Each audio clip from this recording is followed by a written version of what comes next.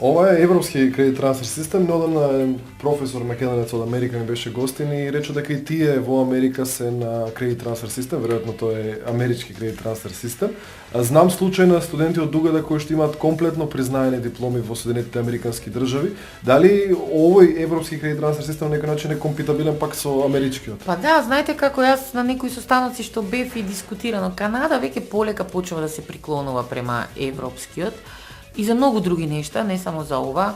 Многу интересно што Кина почнува да го зима како модел, веројатно со одредени трансформации заради сепак и спецификите на еден едно ментално живење, нели, сепак ние пак традицијата си носи со себе и своји специфики. Знаете што е пак доброто? И едниот, и другиот, и третиот имаат квантификација на нештата. Така да вие многу лесно после ќе направите препознатливост. Ако вие имате силабуси, ако имате студиска програма, која што има предметни програми, така да имате вие студиска програма со предмети, па секој предмет ќе го отворите, па внатре има содржини и поглавја како предметна програма и содржина, па имате цитирана литература одоздола, па имате начин на кој што е реализирана преку теоретска, преку практична, преку други активности. Ако вие отидете со такво нешто, било каде во свет, вие имате нешто кое што можете да го препознаете и да го измерите. Така да и тоа е причината зошто нашите дипломи се препознатливи и во Соединетите американски држави. Јас знам, првата беше на информатика, првиот додаток го напишавме и го пративме таму. Заради тоа што кога имате еден чист начин на презентирање и добро средена студиска и предметна програма, вие многу лесно можете да кажете што недостасува. Да, веројатно имате некој доказ без при тоа да ама знаете како вие ќе отидете и кога ќе однесете на некој професор таму чисто досие со убава студиска програма, он ќе каже да, овдека недостасува нешто кое што ние го имаме. Вие тука имате помалку часови за ова, ама ќе каже знаете што јас не можам целото да не го признам. Јас ќе кажам 30%, делумно ќе признам, студентот ќе си дополага. Знаете што значи? Тоа е сепак и препознат. Проверливост. Дава можност не само за проверливост, јас повеќе би кажала за препознатливост. ЕКТ се како систем постојано трпи критики, вие рековте дека некои држави го презимаат, има гласини информации дека веќе некои го исфрлаат, па ние доправа го применуваме постојано. Овој систем трпи критики веројатно од оние кои што не може да се навикнат на промените. Знаете како критиките добро може да бидат позитивни, не се исфрла дефинитивно ви кажувам, трпи одредени промени во одредени сегменти, каде што спецификата на одредени професии може би бара или поголема флексибилност, или пак на некој начин друг начин на презентирање на програмите. Ако мислите на тоа дека се однесува на регулираните професии, каде што веројатно трпи најголем број на критики, веројатно овој систем треба да се направи пак да постои како таков, меѓутоа да биде пофлексибилен или поинаку адаптиран. Значи, верувајте, болонскиот систем или кредит трансфер системот не е ригиден систем. И е направен за да образованието не го направиме ригидно, туку го направиме флексибилно. Значи, со самата иницијатива е флексибилна. Сега, јас ќе кажам нешто што проблемот е пак највеќе кај професорите, бидејќи сите ние сме научени на еден стар систем и веројатно младите луѓе како и нормално што се прилагодуваат многу поедноставно на нештата отколку ние. Меѓутоа, болонскиот систем, ако го направиме да функционира во рамките на препознатливост, ако бидеме условно речено ригидни во делот околу квантификација и нашите обврски ги направиме видливи, нашите програми ги направиме читливи условно речено, нашите содржини бидат адаптирани на потребите, имаме соодветна литература, имаме учебници, имаме соодветни предавања, соодветна пракса, тогаш Болоња ќе сватиме дека не е ригидна, туку е флексибилна, дека се разликува од место до место, од студиска програма до студиска програма, ама на крај кога ќе седнеме сите ќе имаме истипна документација. Ќе можеме да се разбереме. Ќе можеме да се разберем. Тоа е суштината според мене, значи сега зборувам веќе малку повеќе лично, во болонскиот, односно во кредит трансфер системот. Сега, тука ќе кажам, тоа е млад процес, значи треба да му дадеме уште време, треба да видиме каде можеме да ја направиме таа поголема флексибилност, а да препознатливоста и администрирањето остане идентично. И мислам дека во најскоро време полека ќе почнеме да се навикуваме и на овој начин и дека самото вклучување на универзитетите во што поинтензивна размена на студенти и наставници ќе ги покаже реалните слабости на овој систем и дека на таков начин ќе ги испегламе условно речено недореченостите и дека овој поменев систем мислам дека има препознат. Така, колку овој начин на настава е усогласен условно со пазарот на труд во УГД конкретно? Па, кога збориме генерално треба да биде, кај УГД ние чиниме максимален напор, колку што стоја условите, односно другата страна дозволува. Чиниме големи напори, ние имаме огромен број на студенти, не е дека има законска обврска точно дека мора да се испочитува, меѓутоа ние треба да имаме малку и подобар, како да кажеме, на повратни контакти од стопанство. Меѓутоа кога зборам за стопанство не мислам само на фабриките, зборам со реалноста, јас почесто практикувам да кажам, значи тука си болниците, тука се библиотеките, тука се административните установи. Тоа е се она кое што треба да биде потенцијално место каде што тој кадар ќе се вработи.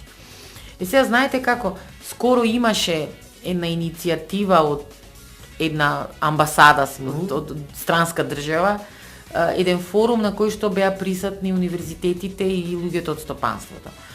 Заедничкиот заклучок, неофицијален на паузите и после тој форум беше дека не треба да чекаме некој трет да ни ги организира овие состаноци, дека треба, и тука и Министерството мислам дека треба поинтензивно да се вклучи, треба многу почесто универзитетите и заеднички, и индивидуално, нели, да бидат иницијатори, и ние веќе почнавме на тој план, иницијатори на овие се почести средби. За да луѓето од реалноста, односно од стопанството, од производството, од секаде онаму каде што треба да примат кадар, кажат на вистина што им треба и колку им треба. Има, да ви кажам, срамежливо. Со тоа што бројките, сега да бидам искрена, дека универзитетите се така затворени институции, па не може. Ние имаме едни за други веројатно погрешно мислење. Они мислат дека сме ние некоја ригидна институција која што сака да им влезе во системот, со тоа што ние мора да им пратиме студенти за кои што они треба да водат сметка на некој начин, дека тоа треба да им биде дополнителен ангажман, никој што не им го плаќа, дека тоа посебно имаме фабрики во кои што ќе кажате како сега ќе примам студенти, он тука ќе види што ние работиме, или ако оди во некоја индустрија кај што треба да има специјални мерки за заштита, па ќе каже ние трошиме потрошен материјал за капи, за едно, за друго. А треба да гледат од друга страна, ќе кажат да, они ќе ни пратат, ама ние ќе им ги земеме најдобрите. Па треба они да се на некој начин надпреваруваат, да примат со повеќе студенти, за да можат да имат можност да си ги одберат најдобрите. Од тие деца некаде мора да работат утре кога ќе завршат. Така да мислам дека они полека почнуваат да ги отвараат вратите. Треба да бидеме упорни, треба да разговараме. Професорите треба да ги наоѓаат начините да се поинтензивно вклучуваат луѓе од тоа производство во наставата. Ние сме обврзни по закон, значи ако вие го поканите тој стручњак кој што треба да ви ги прими студентите, да одржи едно предавање на студентите, он веќе кога ќе влезе во наставниот процес, ќе има сосема друго мислење за универзитетот. Мислам дека тука сме доста успешни. Бројот на соработки не само на хартија, туку во реалноста е се поголем и поголем. Имаме дури и со странство. Така да јас се надевам дека овие интершипи, како што нели популарно се викаат, дека веќе за овој краток временски период ја покажуваат својата, нели како да кажам, оправданост, меѓу заинтересираност на студенти и заинтересираност на компаниите. УГД мислам дека според она кое што јас имам некој увид е така, котира доста добро во својот ангажман. Така, вие сте професор на факултетот за медицински науки, тоа е факултет кој што речеме меѓу првите го воведе учење на далечиња, па воведовте операции во живо преку видео бим, нешто кое што беше новина пред 3-4 години. Докаде овој процес се имплементирали на други факултети, има ли план да се имплементира? Па вака сега, УГД како капацитети постојат на факултетот за медицински науки заради спецификите на студирањето. Ова беше на некој начин не само неопходност, туку и начин на студентите да им се каже дека делот кој што на вистина не може да бидат присатни барем во годините пред да биде тоа нели последната година, да имаат можност да ги следат операциите. Ние имаме во цела една датотека на како да кажем на материјали направени во Филип II, кој што ни и како да кажем наставна база и за редовната додипломска и за специјалистичката здравствените специјализации кои што се реализираат веќе втора година на УГД. Потоа имавме можност да на ваков начин многу професори од Соединетите Американски држави, од Вашингтон, од Харвард бидат наши професори кои што редовно си комуницираат со студентите и комуницираат. Така да ова е нешто кое што стварно треба да се искористува максимално и да даде една трета димензија, да кажем, на начинот на едукација на кадрите. Нели нормално да се имплементира секаде онаму каде што тоа е потребно. На другите факултети помалку или повеќе се имплементира во зависност од потребите. Меѓутоа, за како стартна позиција за понатамошно размислување и понатамошна имплементација која што веќе како да кажам е пред фаза на реализација генерално, а од друга страна кога зборуваме за универзитетските предмети, они не се веќе на некој начин на платформа на учење, тоа е една веќе стартна позиција за воведување на систем на далечинско учење, за кое што УГД од технички па и од други причини сега да кажаме спремен, меѓутоа е веќе како да кажам да не биде нескромно, а пак сега ако не кажам ќе биде можеби поише од скромно. Мислам во споредба со другите универзитети не само во земјата, туку и надвор сме дефинитивно тие кои што го покажуваме најдобро спремноста и капацитетот за вакво нешто. Дали тоа можеби е начинот на кој што ќе се одвива наставата во иднина? Дали тоа е планот на... Знаете како, значи наставата е еден комплексен процес. Вие не можете да кажете дека целото учење или дека секаде може да биде само на еден начин, на трансфер на знаење. Генерално може да се имплементира во конкурси. Значи тоа може, ние веќе имаме идеја за имплементација на далечинско учење. Тоа е дополнителна можност за консултации, дополнителна можност за вонредните студенти, затоа што мислам дека е тоа нешто кое дополнителна можност за студентите кои што во исто време да слушаат еден наставник без обзира на било која локација да се наоѓаат.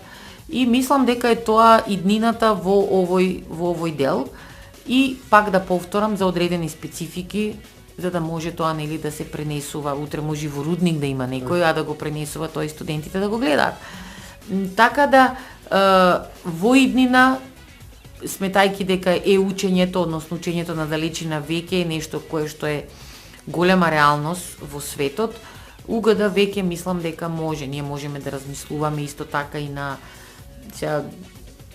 за имаме на пример неформалното образование да се спроведува на ваков начин, тренинзи, обуки, наши луѓе кои што живеат привремено или за трајно во на било кои континенти да имаат на некој начин систем на едукација која што ќе ги врзува за матичната Да, токму тоа е сега да ве прашам дали планот е, мислам дали реално УГД може да биде конкуренција на глобално ниво со ова учење на далечина, затоа што реално тоа е веќе глобална конкуренција. Или пак како менаџмент вие планирате ваша таргет група да бидат македонците кои што ги има многу? Па не, знаете како многу интересно кога ги видите како странците па дури кинези зборуваат македонски. И тоа е една провокација повеќе. Сега значи ова прашање како да ви кажам, можеби е повеќе прашање на визија, прашање на сон. Меѓутоа па знаете како викат, ако не сонувате и ако немате визија, реалноста ќе ви биде сиромашна многу.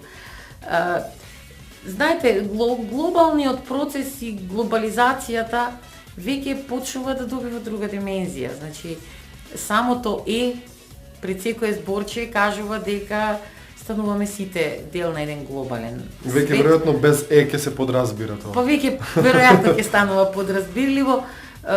Локално по мене веќе престанува да постои, бидејќи локално по мене треба да станува само нешто што е убаво и специфично, некој што не смееме да му дадеме префикс не сме пастрамајлијата да биде значи од тие причини, бидејќи ако стане нема да биде штипска, нели?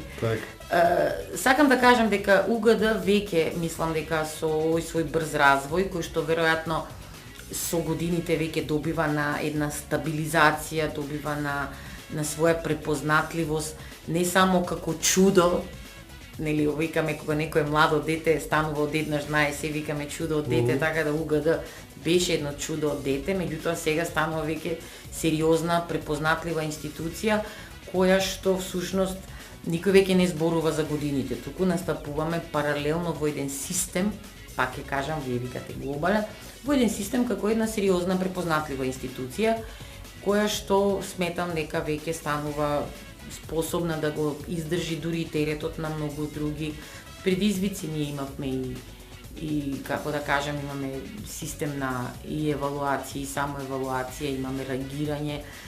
Сите тие надворешни видувања на тие професионалци кон УГД всушност ни кажува дека веќе УГД е сериозна институција која што треба, нели, да си го завземе своето место под сонцето во глобалниот свет и веќе го завзема. Значи, тоа е нешто што е веќе реално.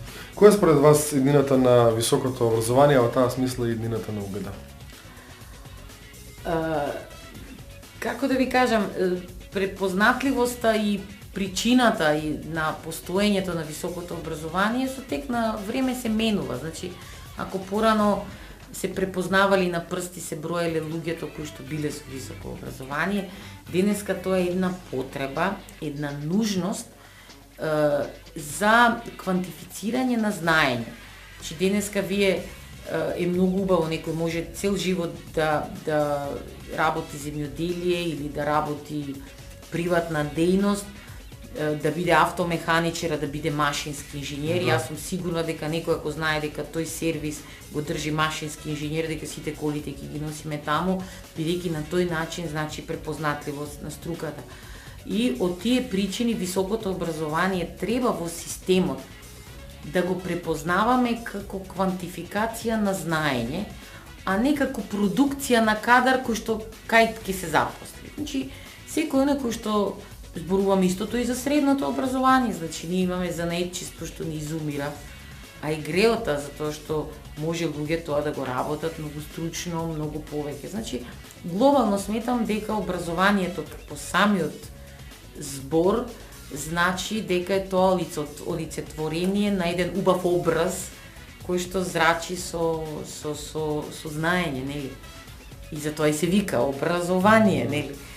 И сметам дека местото на УГД е тука да го поднесе теретот на едукација на млади кадри. Со нашето лого доволно кажуваме дека тие млади деца, не само од... Јас имам обичај да кажам деца, значи тие млади луѓе, да го препознаат УГД како навистина место кај што они треба да дојдат, бидејќи навистина таму ќе можат да си најдат она кој што утре во животот ќе им ги отвори вратите на кои што ќе чукнат. И генерално и тоа треба да биде. Значи веќе стануваме и тука е глобализацијата, веќе имаме голем процент на кадри кои што се со високо образование и доколку тоа е правилно направено и насочено, е всушност потенцијалот на една земја. Значи, тука се мери више препознатливост, критериумите се менуваат и нормално е дека треба да се менуваат. Мислам дека е УГД спремен за тоа. Проекторки, ви благодарам за разговорот и посакам уште многу успеси. Благодарам заеднички со вас.